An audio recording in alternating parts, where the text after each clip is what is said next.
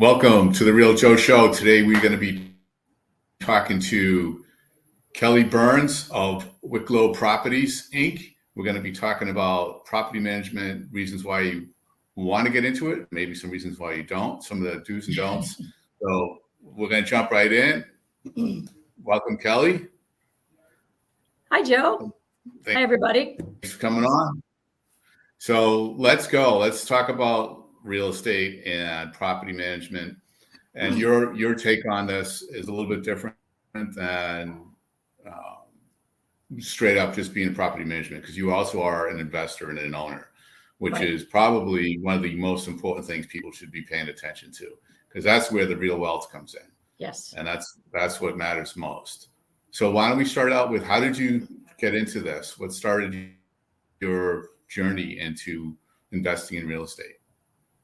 That's a good question. I started out by accident, honestly. I had a townhome in San Diego that I lived in. Then I met my husband. We got married. He had a house. So I moved into the house and we decided to keep the townhome and rent it out. And it just kind of grew from there. I made all the mistakes that a newbie would make. I learned a lot over a few years' time. And just decided that I would rather manage it myself than pay someone to manage it for me, because I had the inclination to do that. I wasn't a broker or a realtor at the time, but it just made more sense for me to handle it myself. What were some of those immediate ahas and some of the hard lessons that you may have learned in the beginning? Some of the hard lessons were probably dealing with emergencies that came up, whether it would be a water emergency or water leak emergency, tenants getting locked out for some reason. They locked themselves out. They forgot their keys. Those kinds of spur of the moment things that I had to handle right now threw me a little bit for a loop. But they're all, you can overcome those with time and knowledge. So did you have, at the time when you first got into this, did you have a good list of vendors and service providers that you could call on for such things, or was it all on you? It was all on me. And that was part of the learning curve, was figuring out that I needed to have a team. Basically, I needed to have a plumber. I needed to have an electrician. I needed to have a painter. I needed to have a group of folks that were trusted, that I knew would do a good job, that I knew would come out when I needed them to handle some of these things, especially plumbers. And so over time, I was able to develop that team, and that helped a lot, being able to just pick up the phone without even having to go over to the property, call my vendor and say, hey, John, I need you to go fix a leaky toilet, blah, blah, blah, send me a bill, and know that the job will be done right. The price will be fair and reasonable, and I would pay my vendors right away. They wouldn't have to wait 30 days to get payment from me. So that was part of the give and take as well. Yeah, that's important. That keeps them happy and keeps them responding if you're paying them quickly and on time. Yes. Absolutely. So first, you're in your first single property. Then what happened? How did you expand from there? That went on for a while. We moved to North Carolina. And after that, I decided to sell that townhome. And I was able to do a tax-free deferred exchange, 1031 exchange, and purchase a few here in North Carolina.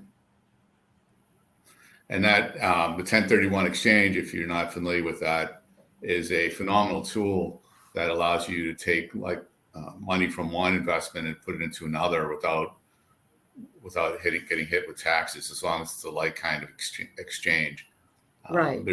Now here you use an attorney or a management company in the middle to handle that transaction.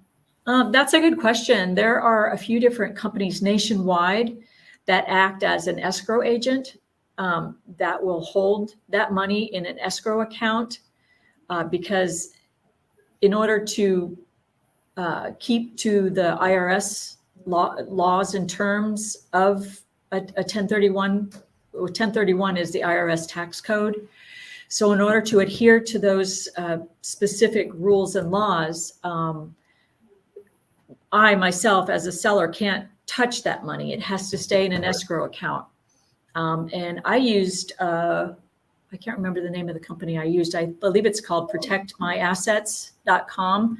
But there are several nationwide companies who can act in that regard as a 1031 escrow agent. Yeah. So there, I mean, you made a really good point. You cannot, the person, the investor should not be doing this alone. They need to have an intermediary handling this form. And there are some details that must be, you have to go through the process. There are some deadlines, there's some criteria that have to be met.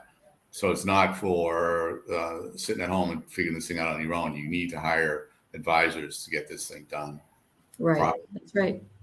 Because the tax consequences are great both ways. If you don't do it, it's going to be pay now. If you are able to take advantage of the 1031, you get to delay, defer your tax, and use that money to build your wealth now instead of paying taxes with it. So it's great tool. Okay, so you're in. The beauty of it also is you can defer the capital gains until you pass away. Yes. And then if your, say, kids inherit, it's all those gains are wiped out. Right. Yeah, that's a plan we all should be thinking about, not concentrating too much on, but we should all have a plan for that, right? Because it's all going to happen. It's going to happen to all of us. One way or another. That's right. So, all right, you're in North Carolina. You did a 1031 exchange. And did you buy a single property, a duplex, or what was the next property? I bought my formula, and this works for me, is a townhome, 3-bedroom, 2.5 bath, 2-car garage. That seems to be the formula. And why is that your formula? Why is that specific? What? Probably because those are most in demand as rentals, as opposed to a single family home. There's less maintenance with a townhome versus a single family, specifically yard maintenance. Good. It just that seems to work for me. And do you try to target a certain type of renter, where like a price point where you are looking at, or is it just whatever the opportunity comes up that makes financial sense, both for your return? Doesn't matter what the market is, the market price for your rental. I'm not trying to specifically target any demographic or renter type. The units that I have are in pretty good locations all over the triangle. So it just depends on the particular renter, and if they need, say, proximity to RTP, or if they're looking for something that's in a good school district, or just kind of depends on the renter and what they're looking for. Gotcha. All right. So now you have your townhouse in North Carolina, and at some point you branched out and started taking on other clients.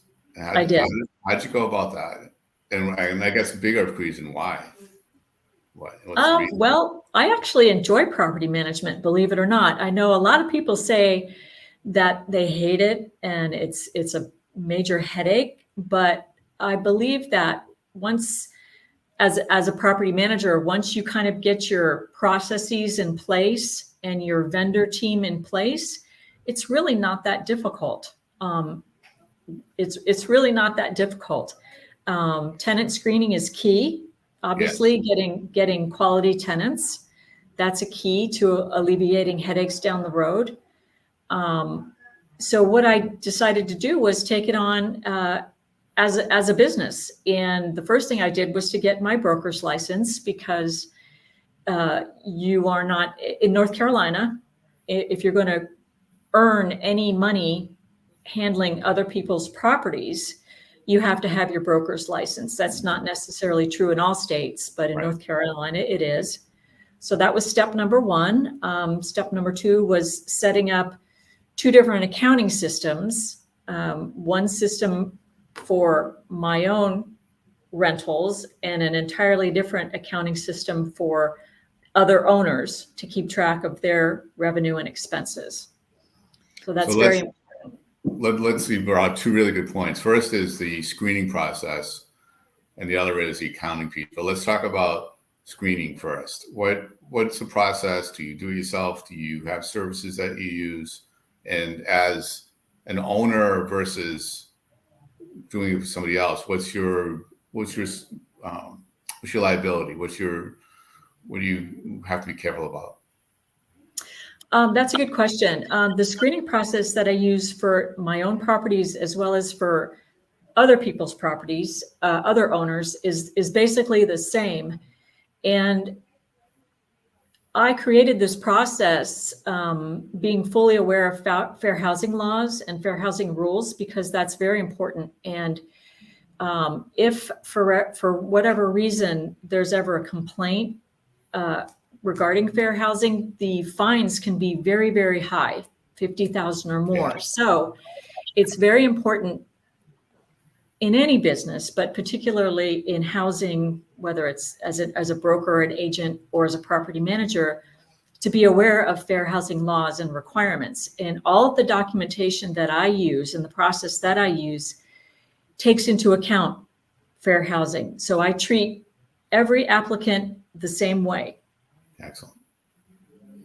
Period. Yeah. I have a scoring matrix that I use, because it doesn't matter what my opinion is of the people who are applying. It doesn't matter. That's very subjective. That's right. I use a quantitative measure, like a scoring matrix, if you will. For example, my minimum credit score requirement is 650 points. And that's on a letter that goes out with every application. And on my scoring criteria, if a potential renter has a credit score of 650 to 700, they get 1 point. If their credit score is between 701 and 750, they get 2 points. So that's a very objective, quantitative way to screen a potential tenant. Now, is this something you created on your own, or did you? It is.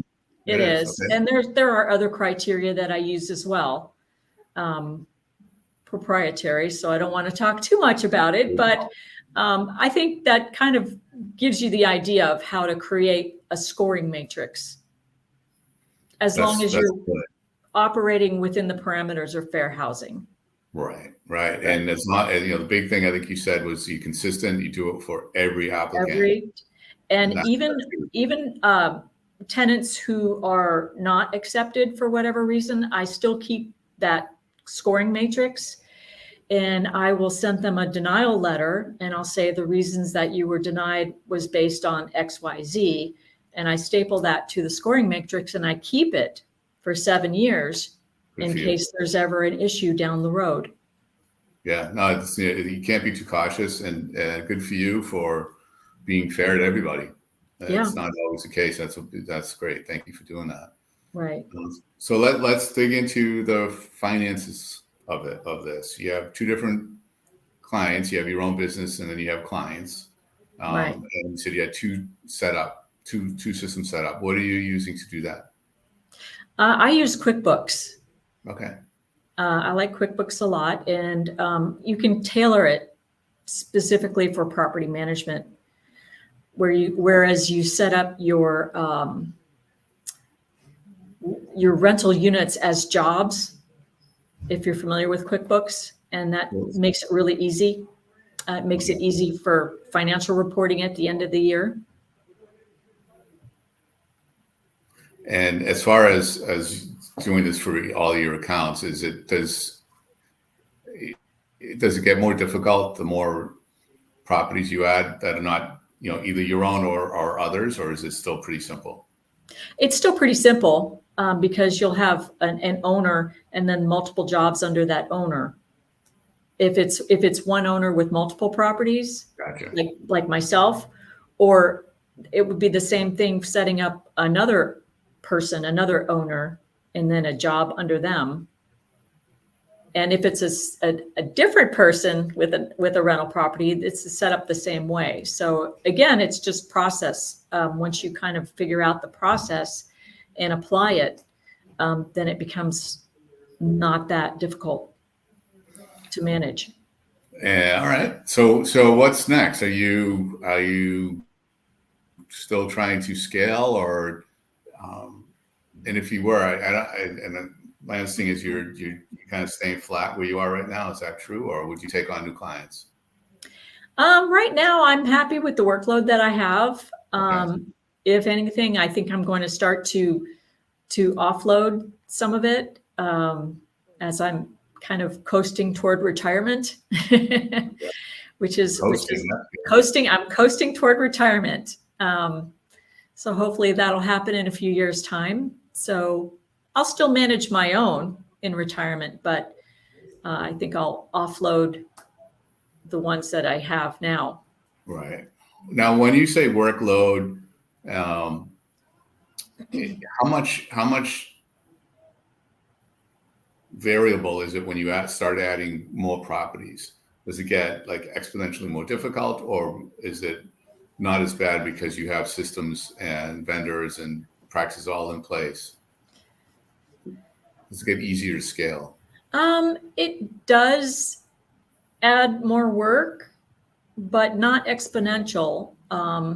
Once an owner is set up and running and the unit is rented, it's really basically just a monthly accounting.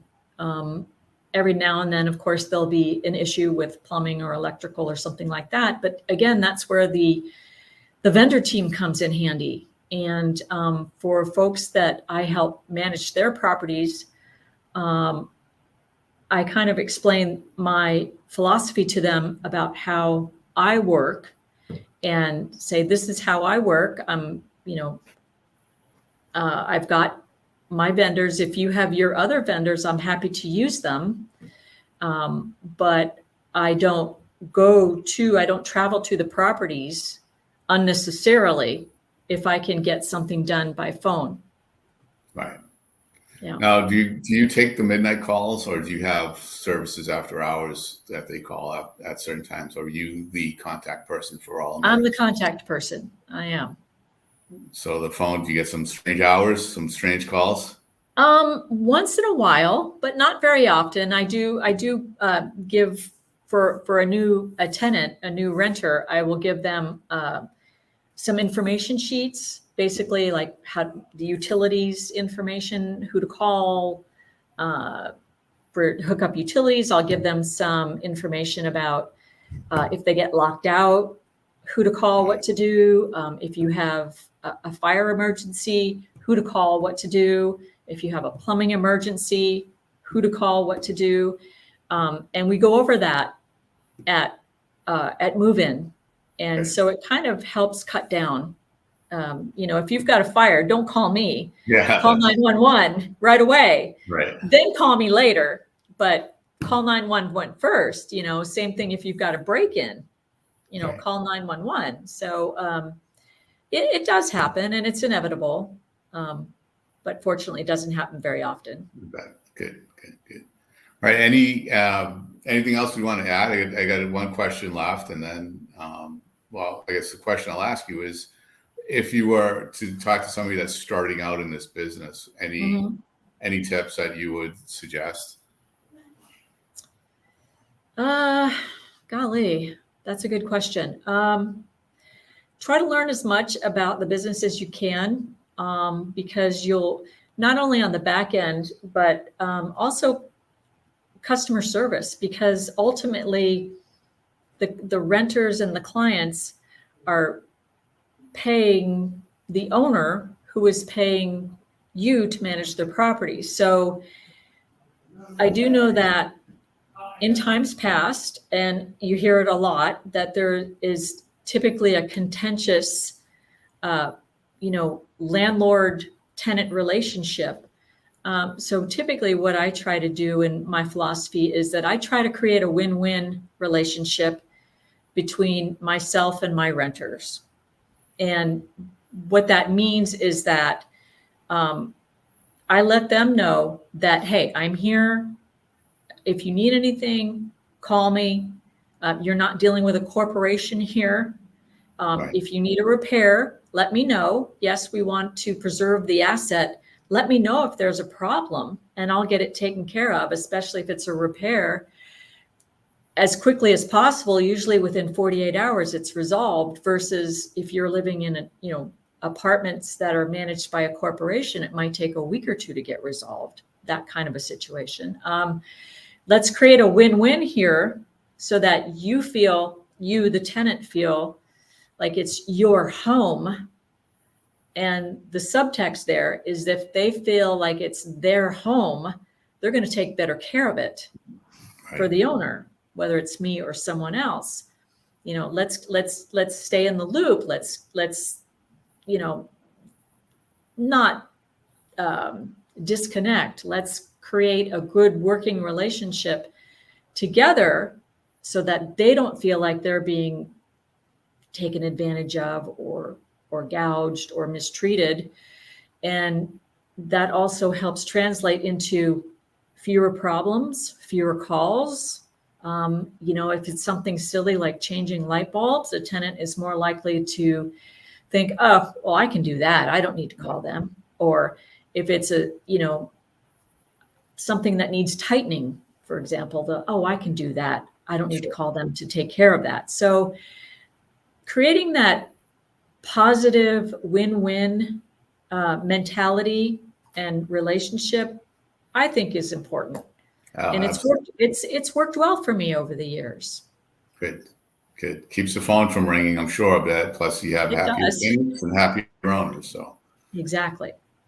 That's great. Well, Kelly, thanks for coming on the show. We appreciate your time. Thank you for having me. And I will hopefully be talking soon, but stay on when we check out. And thanks for watching. Have fun. Be your best. Thank you.